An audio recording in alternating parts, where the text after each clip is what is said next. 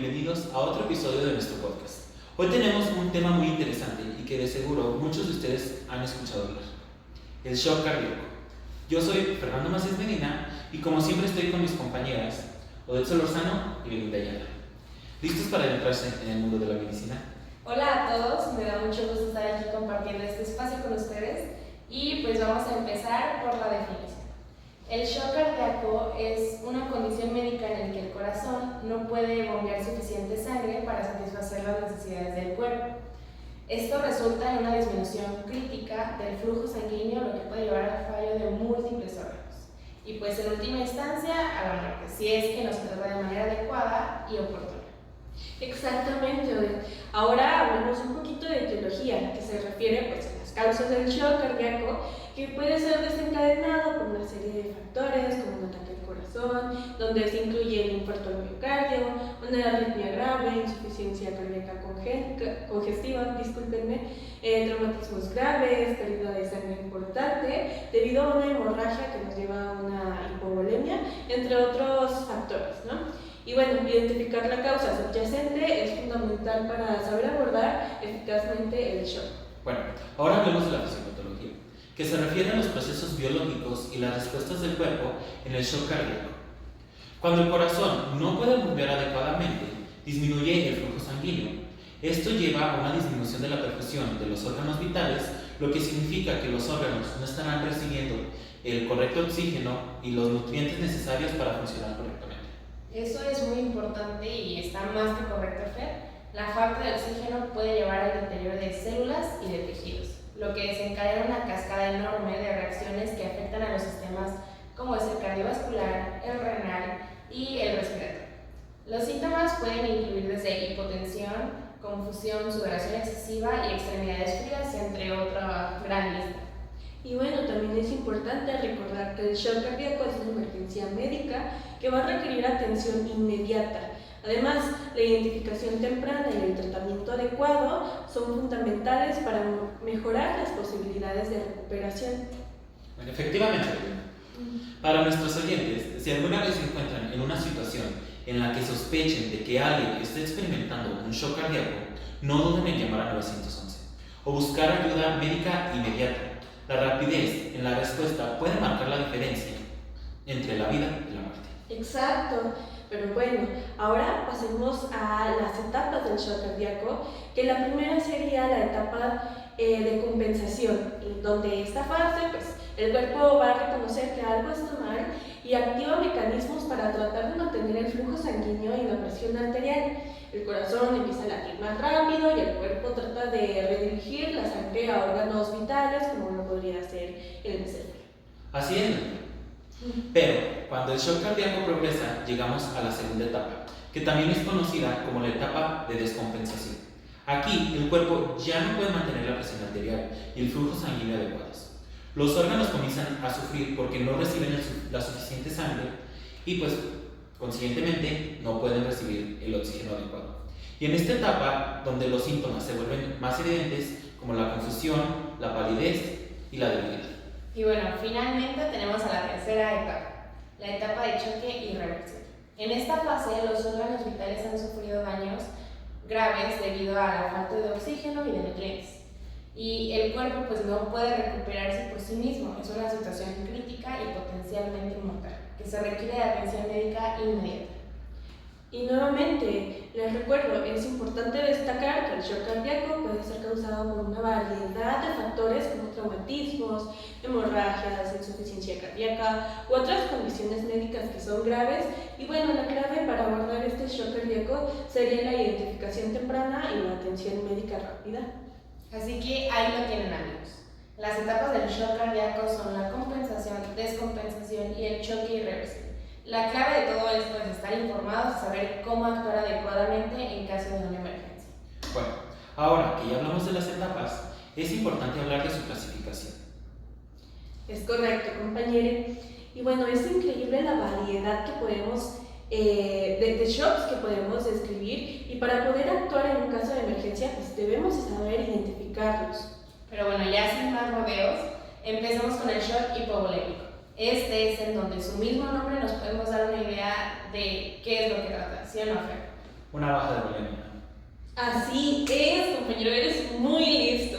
Pero bueno, los pacientes adultos llegan a perder este volumen sanguíneo por hemorragias, ya sean internas o por traumatismos, pero a diferencia de los pequeñines, lo más usual es que se lleguen a perder líquidos por algún problema gastrointestinal que puede ser causado por diarrea. Así que muchas aguas ahí, y ojo, ojo. Pero ya fisiopatológicamente hablando, sin tanto rodeo, lo que sucede es que no hay un llenado del corazón por la cantidad insuficiente del urea. Hay una vasoconstricción periférica aumentada y el volumen sistólico disminuye. Pero pues el cuerpo, queriendo arreglarlo todo, trata de compensar aumentando la frecuencia cardíaca. ¡Wow! Me parece impresionantemente todo lo que sucede dentro de nuestro cuerpo. De verdad, es una máquina increíble. Sí, compañero, se te ve muy sorprendido. Sí. Pero bueno, aún no hemos terminado, nos queda una larga práctica y hay que seguirle con el tipo de shock más frecuente en el adulto, que sería el distributivo. En este tipo de shock se da por una vasodilatación generalizada. Hablando en su fisiopatología, la resistencia vascular periférica se encontrará disminuida y el corazoncito va a aumentar el gasto cardíaco para que la presión arterial no se vea tan alterada. El volumen sistólico se mantiene porque no habrá una pérdida de sangre ni de líquido. La frecuencia cardíaca se va a aumentar para en esto pues, poder ayudarle y echarle una mano a la presión arterial. Este shock distributivo se divide en otros tipos, siendo el principal el séptico, que se basa en una respuesta exagerada del sistema inmune frente a una infección que puede llegar a causar disfunción orgánica. Y bueno, seguimos con el otro tipo de shock, que a lo mejor por ahí lo han escuchado, que es el shock anafiláctico, donde prácticamente va a haber una hipersensibilidad, donde las inmunoglobulinas C se van a estar uniendo a los mastocitos y liberan demasiada histamina y otras sustancias vasodilatadoras, que a lo mejor lo conocen porque es característico de reacciones alérgicas. Correcto. Y el tercer tipo, el shock neurogénico, habrá igual una vasodilatación generalizada a causa de ya sea un trauma medular que esté a nivel, podemos hablar de unos tumores a nivel del sistema nervioso central, a nivel medular o un trauma encefalocraniano. Bueno, pero ya hablando de otra clasificación, el shock cardiogénico nos puede dar una idea de qué está abarcando el corazón, donde habrá una falla en la contractibilidad cardíaca. Pero, ¿en qué caso habrá una disminución de la sístole? Bueno, pues en caso de un infarto agudo al miocardio en el ventrículo izquierdo, de igual manera en arritmias no controladas, valvulopatías y miocardiopatías. Y pues como es de esperarse, el cuerpo humano trata de elevar esta resistencia valvular periférica debido a la presión arterial que se encuentra disminuida y el gasto cardíaco está alterado. Y bueno, ya para finalizar con las clasificaciones, tenemos al shock obstructivo, donde también abarca el corazón. Pero ojo otra vez ahí, que se sacan un ojo y ahí lo inspeccionan, no se vayan a confundir que es cardiogénico porque ya está clasificado y si es obstructivo. Nos resulta una falla en el gasto cardíaco, es decir, disminuye la diástole. Lo que está comentando mi compañera Belinda quiere decir que algo por fuera no deja expandir el corazón y sus cavidades, por lo que podemos hablar de que habrá la presencia ya sea de líquido, sangre o hasta incluso podemos llegar a tener aire, por lo que el corazón no tiene un buen llenado. Bueno, y sus principales causas pueden ser un taponamiento cardíaco, un tromboembolismo pulmonar, una hemótoras a tensión o una pericarditis constrictiva. Y bueno, ya para finalizar, su gasto cardíaco se va a se va a encontrar disminuido y el cuerpo aumenta la resistencia vascular periférica con compensación del cuerpo, en el que aumenta la frecuencia cardíaca. Y ahora que vimos un poco sobre la clasificación y sus etapas, vamos a hablar más allá sobre los hallazgos del examen físico, lo que podemos ver. Nosotros clínicamente, ¿cómo podemos saber si un paciente comienza a presentar este síndrome que estaría relacionado con un shock hemorrágico? Bueno, pues clásicamente se va a estar caracterizando por la presencia de una hipotensión arterial, taquicardia, taquipnea, palidez, frialdad, y no me refiero a la frialdad con la que la gente te puede llegar a tratar, sino a la que es generada por la vasoconstricción.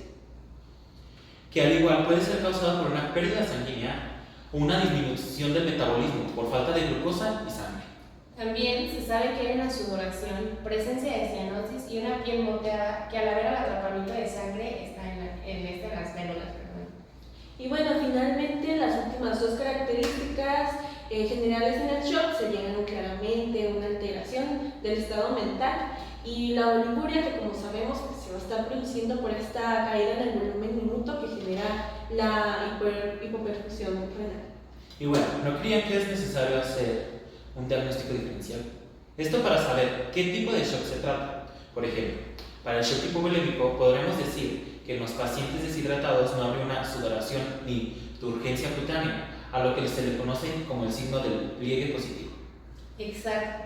Y en cuanto al shock obstructivo, tendríamos una distensión en venas del cuello, un pulso paradójico, estrechamiento de la presión del pulso y al momento de la auscultación escucharíamos un silencio osculatorio pulmonar que en caso de que se esté dando por un neumotórax en tensión, además de que hay una disminución de los ruidos cardíacos en el taponamiento. Luego también se ven ahí los shocks neurológicos que tienen características bien marcadas, como la piel que inicialmente es caliente, rosada y seca, y bueno, no habría sudoración por una falta de estímulo simpático, hipotermia, bradipnea, frecuencia cardíaca variable y cúmulos de sangre en determinadas partes del cuerpo por efecto de la gravedad. Pero ya así, en general, si el shock evoluciona con presión venosa central baja y piel fría, será una hipovolemia. O si hay una presión venosa central normal o alta, se orientaría a un shock cardiogénico obstructivo. En cuanto al anafiláctico, debería de haber un eritema general y urticaria, edema de mucosas, petequias, disnea, hipotensión, cólicos abdominales, vómitos y diarrea. Sus signos y síntomas dependen de qué tan rápido se dio la reacción de órgano blanco. Y bueno, con el séptico podemos deducirlo por sus características que se relacionan con una respuesta a una infección y a la disfunción orgánica. Y finalmente, el shock radiogénico es conocido por su disnea y tos con esputo rosáceo, además de la hipotensión por bajo volumen minuto. Y bueno, gracias por haber estado con nosotros. Este es el final de nuestro podcast. Esperamos les haya servido mucho esta información y que lo tengan bien identificado estas clasificaciones para que podamos llegar a utilizarlo y a poder identificar y pues básicamente a poder actuar de manera correcta. Bueno, esto ha sido todo por hoy y bueno, esto fue medicina y un poco más. Nos vemos en el siguiente capítulo. Gracias. Bye. Bye.